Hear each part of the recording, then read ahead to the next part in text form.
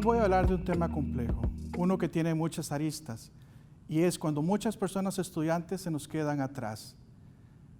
Desde el 2015, el Sistema de las Naciones Unidas ha impulsado la Agenda 2030 y los Objetivos del Desarrollo. En ella promueve una educación inclusiva y equitativa de calidad. Voy a hacer referencia a una pequeña vivencia. Nací en San Vito de Cotobruz, un pueblo ubicado al sureste del país. Cotobruz es uno de los cantones con índice de desarrollo social más bajo, rankeado en el puesto 71. Asistí a la escuela de Clarini. La escuela era una escuela pequeña, con 3 aulas, y cuando iniciamos, arrancamos alrededor de 30 personas.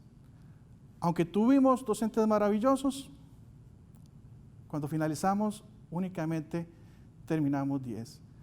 Voy a hacer referencia a una serie de indicadores que exploramos para ver el tema de las brechas educativas. Uno de ellos tiene que ver con el tema de la retención. Y más precisamente voy a hacer referencia al caso del desgranamiento.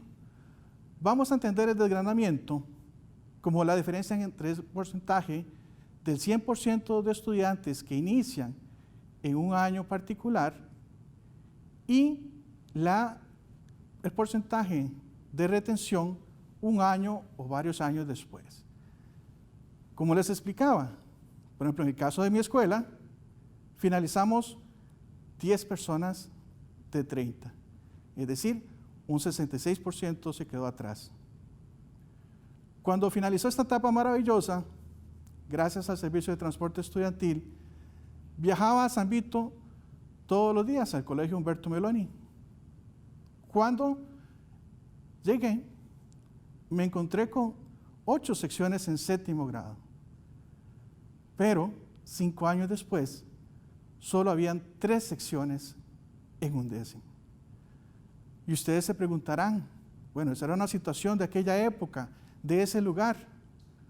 Bueno, vamos a ver alguna información.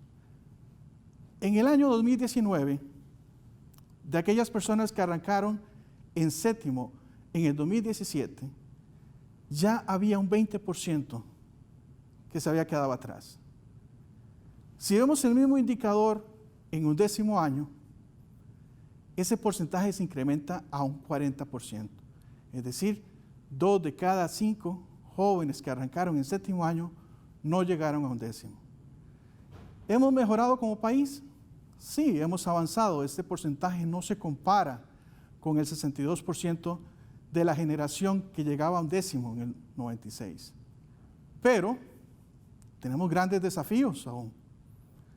Grandes desafíos. Si vemos y analizamos el grupo de población de 18 a 22 años, también vamos a encontrar que esa probabilidad de logro se ha incrementado. En el 96, menos del 30% de las personas en ese grupo de edad finalizaban el colegio. Si nos vamos al año 2019, ese porcentaje se incrementa a un 56%. Ustedes lo pueden ver, el vaso medio vacío o medio lleno. ¿Tuvimos avances? Sí. Pero des en cuenta que poco más de la mitad de los jóvenes en ese rango de edad, de 18 a 22, apenas completa la secundaria. Hay más de un 40% que se están quedando sin ese nivel. ¿Y por qué hablamos de la secundaria completa como un indicador importante? Bueno, porque este es un paso para tener mejores condiciones, ya sea laborales o por lo menos para aspirar a tener la vida que deseamos. Cuando exploramos el conjunto de factores asociados al tema del logro educativo, vamos a encontrar una serie de elementos que tienen que ver con los recursos del hogar, el ingreso de la familia, el clima educativo, la condición en la vivienda y la disponibilidad de recursos. Pero también hay otros, como la estructura del hogar. Si el hogar es monoparental, si el hogar es biparental, el sexo de la jefatura, la cantidad de niños y niñas que hay en el hogar o jóvenes. Hay otros factores que tienen que ver con la localización geográfica del hogar, si se está en una zona urbana, si se está en una zona rural, pero también las características del individuo. Y aquí hablamos del sexo, hablamos de la nacionalidad, de la posición que ocupa en el hogar, entre otro conjunto de características. Sin embargo, la que más influye en la desigualdad con que se genera este tema del logro educativo es el clima educativo de los hogares. ¿Qué entendemos por clima educativo de los hogares? Bueno, nosotros lo aproximamos como los años promedios de educación de las personas mayores de 18 años. Entonces, vamos a tener hogares donde esos años de educación promedio son 6 o menos. Es decir, en promedio, los miembros mayores de 18 años tienen primaria completa o menos. Cuando hemos explorado estas brechas a nivel territorial, vamos a encontrar que hay un conjunto de distritos que se concentran unos a la par de otros y que tienen una alta incidencia de hogares con este tipo de características. Es decir, hogares donde el promedio o los años de escolaridad promedios de los miembros mayores de 18 años son muy bajos.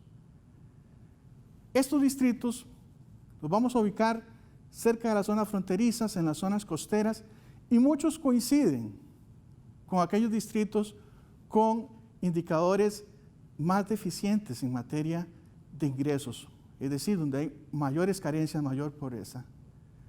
También vamos a encontrar en el centro del país un conglomerado, pero esta vez de distritos con alta incidencia de hogares con climas educativos altos.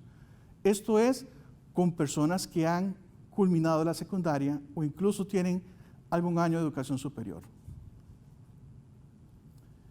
Dirán ustedes, bueno, ¿por qué es importante analizar esos fenómenos? Porque cuando vemos indicadores de pobreza, vamos a encontrar que en aquellas personas que presentan esta situación, los años de escolaridad son alrededor de 6.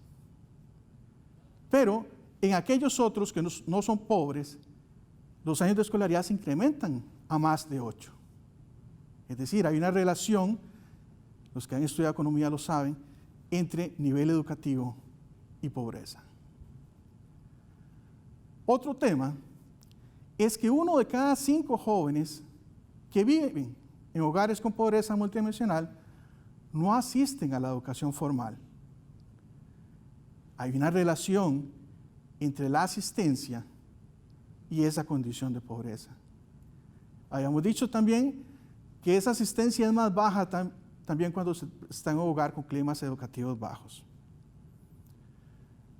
Ahora, 1 de cada 3 estudiantes en el hogar con pobreza multidimensional asiste, pero lo hace con rezago. Aquí consideramos el grupo de 7 a 17 años. ¿Y por qué es importante el tema del rezago?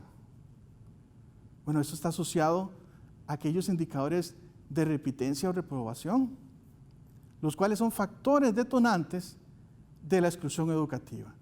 Es decir, tenemos un conjunto de elementos que se terminan vinculando al tema de los climas educativos bajos y al tema de la pobreza, lo cual repercute en nuestras brechas educativas. Pero ¿qué implica estar en un hogar con clima educativo bajo? En estos hogares, la disponibilidad de libros es menor. La disponibilidad de otros recursos de apoyo a la educación son menores. Pensemos en el contexto actual, temas de conectividad, temas de disponibilidad de una computadora, y ya hablábamos del tema de los recursos económicos. Entonces, en este contexto de pandemia, podríamos pensar que tenemos un ensanchamiento de las brechas socioeducativas que ya experimentábamos y que tanto nos había costado empezar a cerrar. La pandemia llegó de forma inesperada a impactar al sistema educativo nacional y ha tenido una influencia en todos los actores que intervienen en el proceso de enseñanza y aprendizaje. principalmente en las familias y en las personas estudiantes. Entre marzo y junio de este año, el Programa Estado de la Nación y el Centro de Investigación de Estudios Políticos de la UCR realizaron un sondeo y en ella hicieron una pregunta importante. ¿Qué tan preparadas se sienten las familias para ayudar con el proceso de enseñanza-aprendizaje y las tareas de las niñas, niños y adolescentes? La respuesta es sorprendente. Solo el 42% de las familias se sienten muy preparadas para ayudar con esas tareas. El restante 68% dice algo, poco o nada. Cuando exploramos el conjunto de relaciones vinculados a esto, nuevamente nos sale el tema del nivel educativo de los padres. Tener secundaria completa o en algún grado de universidad incrementa la probabilidad de que una familia se sienta bien preparada para apoyar a sus hijos e hijas. En este contexto, el país requiere un conjunto de estrategias diferenciadas. Tenemos que ser creativos, innovadores. No podemos llegarle a los hogares siempre bajo un mismo esquema. Las razones para continuar o no difieren de una zona a otra. En una misma zona pueden coexistir varios centros educativos y las razones por las cuales los chicos y las chicas abandonan son distintas. Requerimos, como país, tener un sistema educativo que nivele las oportunidades desde un principio, que nivele las oportunidades para nuestros niños, niñas y adolescentes. De no hacerlo, continuaremos incrementando la cantidad de personas estudiantes que se nos quedan atrás. Muchas gracias.